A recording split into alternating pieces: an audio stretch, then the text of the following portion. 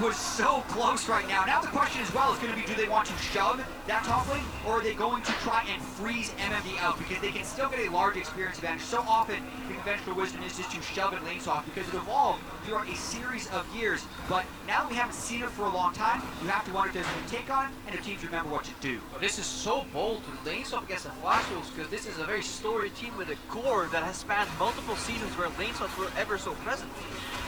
Yeah, and looking at this, I mean, Levi already took the majority of Karsa's Raptors, and Karsa then got pushed out of his red buff. Why were Betty and Serdar not pushing up? How did Levi get his red buff How is he on the weak allowed? side? Yeah, how is he allowed to get red buff? I was like, this should not happen, because this is obviously the benefit. Well, they're trying to figure out, hey guys, anybody remember how lane swaps work? This is what the Gigabyte Marines do to people sometimes. They will just do something and just say, what the, and then by the time you figure it out, it's too late, because this is absolutely a situation, if you remember, when you put your AD carry and top on one side, that should become the strong side of your they can TP dive him. Get vertical jungling. They could, but then they would lose the bottom lane turret. I really wonder how they're going to play this. They're going to do it. I mean, I remember this from the lane swap Flash is days. still level 1. MMD, yeah, gonna have to run out of the way. Stark gonna look to take it off. Archie actually starting it off, but MMD absolutely dead! Because this goes back to the fundamentals of the lane swap. You split up the map completely, because there's always a counter move if you don't. The problem is we have new turrets. Exactly, we have new turrets. That bottom lane's getting shoved. MMD never expended his teleport the first time he got pushed back, so this dive, he doesn't actually lose all the minions, and the turret goes even lower. Not to mention Stark just gave up a bunch of experience in the bottom side. I love this because we have a lot to talk about. Yeah, there's so Yeah, definitely for Levi, having the advantage on Karsa and how well he can push that. As much as the lane swaps caught Flash Wolves by surprise and there was a lot of weird outcomes, the fact that MMT didn't teleport back to the turret the first time when he was level 1 is pretty critical, because if he would have been denied that large wave of minions, that's when you really would have seen the large advantages come through. Yeah, and he also had the flexibility. If he ran top with TP and he saw only one in the bottom, he would be the one diving bot side. So very important. That also that large wave of minions. Now Kraus is in the river. He is getting out leveled as Graves. Graves is such a fast clearing jungler that can really have one big punch early on. So that has been negated. But on the other side of the coin, Benny got a steal for free, because freaking bases happen very often in stops, so you can get a tier unpunished. Oh, still level disadvantage, but the Cocoon's gonna miss it. Casa, Storm Raider surging out. There's Levi gonna be forced to flash his bottom lane action there as well. Low on that side of Stark actually looked to dive the turret. He's gonna have to flash out as well. Maple almost picking up 2 kills under his own turret there. Yeah, eagerness right there from Gigabyte Marine. Stark, I thought he would maybe try a flash taunt or something, but note the cleanse on Maple did expend both summoners. And oh, this could be dangerous for Carson. He levels up. Optimus though just lands the chain, not gonna get the kill. Going to Mr. Honeyfruit, and we're gonna calm things down a bit. Really want to keep him out of river. Like, no, this is where your pathing ends. You're not allowed to invade.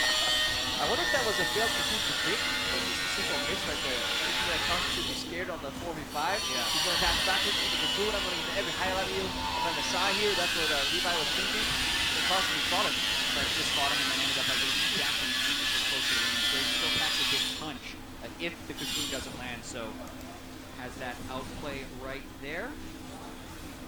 Well, Gigabyte Marines, they're using this push in the mid lane that we were talking about in Champs, like these two push lanes to free up Optimus, pair him with the jungler, and then go for an invade or bot lane dive pressure here as well. Yeah, looks like the plan's still being enacted. Actually, a steal coming out for maybe Optimus here. Levy there to try and smite away, but they do want to give it to the mid lane if they can. Optimus will secure it. Getting Scuttle as well, and again, the plan is working. It started differently, but the core is the same. Supports suffer so much in lane swaps, because they're the ones that have to like pick up the slack or help their junglers all the time, so they're very on the level. In a LeBlanc composition, lane swaps are kind of beneficial for that. You get longer lanes much earlier, and you have that juicy little target that still gets you all the gold right there, so it's much trickier to play these range supports in lane swaps for that exact reason.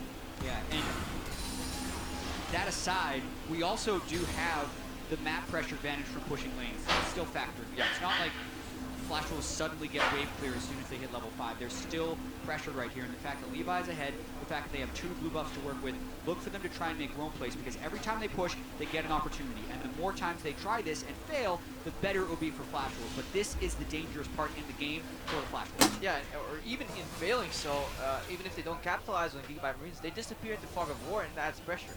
We don't see it on the map here, but every time it may be an AD carry dropping a CS or 2, saying, you know what, I don't know where she is, LeBlanc, let's back off. Shen not fully pushing out his wave. It's like all these little things that you add by disappearing into Fog of War as a mid laner. That's why every single mid laner you talk to speaks to you about mid-prio, is what they call it.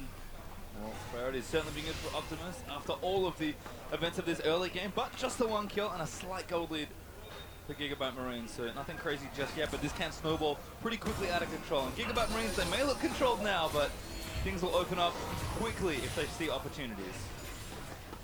Yeah, and you can see even Betty just using his ultimate now, trying his best not to get shoved in, trying to get and maintain that river priority, because if we actually look at the bottom side river, that is where Flash Wolves have it. They got the control ward in that brush, and the other brush, they also have another control ward. That even goes back to earlier where Carson was trying to fight over that. That's where Flash Wolves wants their control. That has been their strength as well, domestically, where they just play a lot of bot side vision, then they move that forward into the enemy jungle, and they keep